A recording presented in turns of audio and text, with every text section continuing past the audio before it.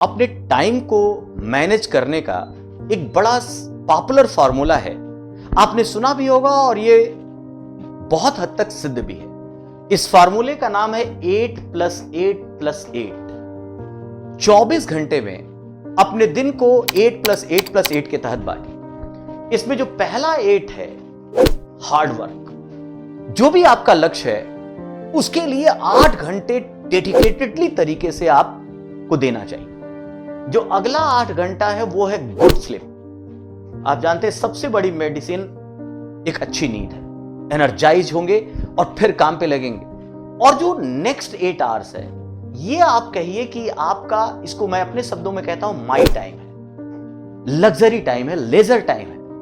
इसमें आप चाहें तो अपनी हॉबीज, अपने हेल्थ पर ध्यान दीजिए। योगा करते हैं, दौड़ते हैं, जो भी आप।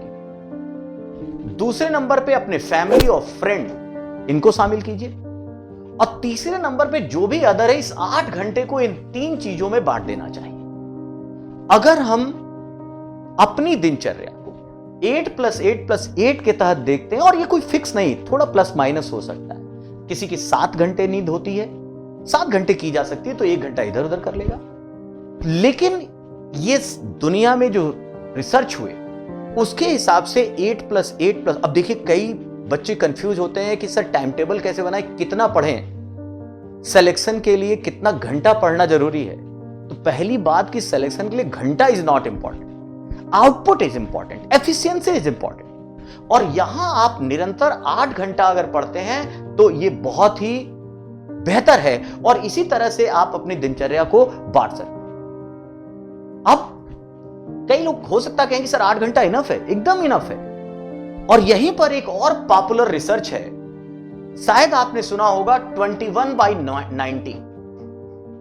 अगर आपको यह लगता है ये होगा या नहीं होगा, तो बड़ा सिंपल है। यह रिसर्च कहता है कि 21 दिन तक आप लगातार अगर इस तरह काम करते हैं, कोई भी काम 21 दिन तक लगातार करें, तो वो आपकी हैबिट में शामिल हो जाता है।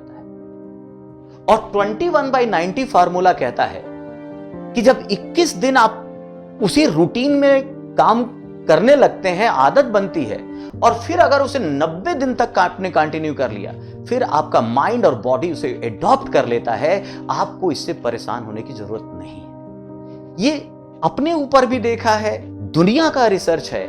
इसलिए बहुत परेशान होकर कि सर 24 घंटे में कितने घंटे पढ़ें, सोएं, ये सब हटाइए। 8+8+8 है। अब इसको थोड़ा सा अपने अनुसार मैनेज कर लीजिए, कोई भी लेकिन 10+ नहीं होना चाहिए। और याद रखिए, यूपीएससी या किसी भी बड़े से बड़ा लक्ष्य हासिल करने के लिए कंसिस्टेंसी इज मोर इंपॉर्टेंट।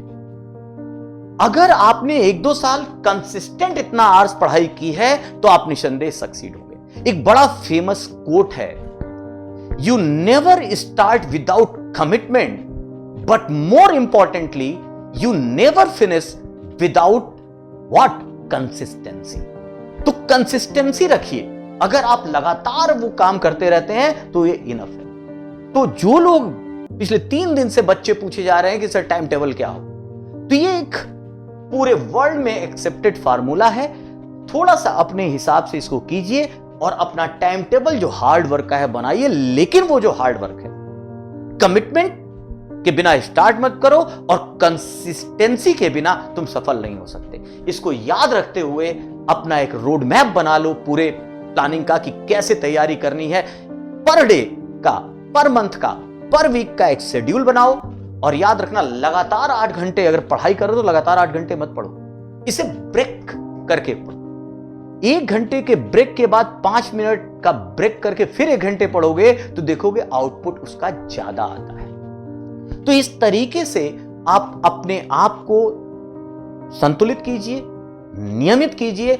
और अगर आप इस पूरी एक्सरसाइज से लगे रहे, बढ़ते रहे, तो निश्चित ही आपकी हैबिट बन जाएगी और आप एक बेहतर अभ्यर्थी बन पाएंगे।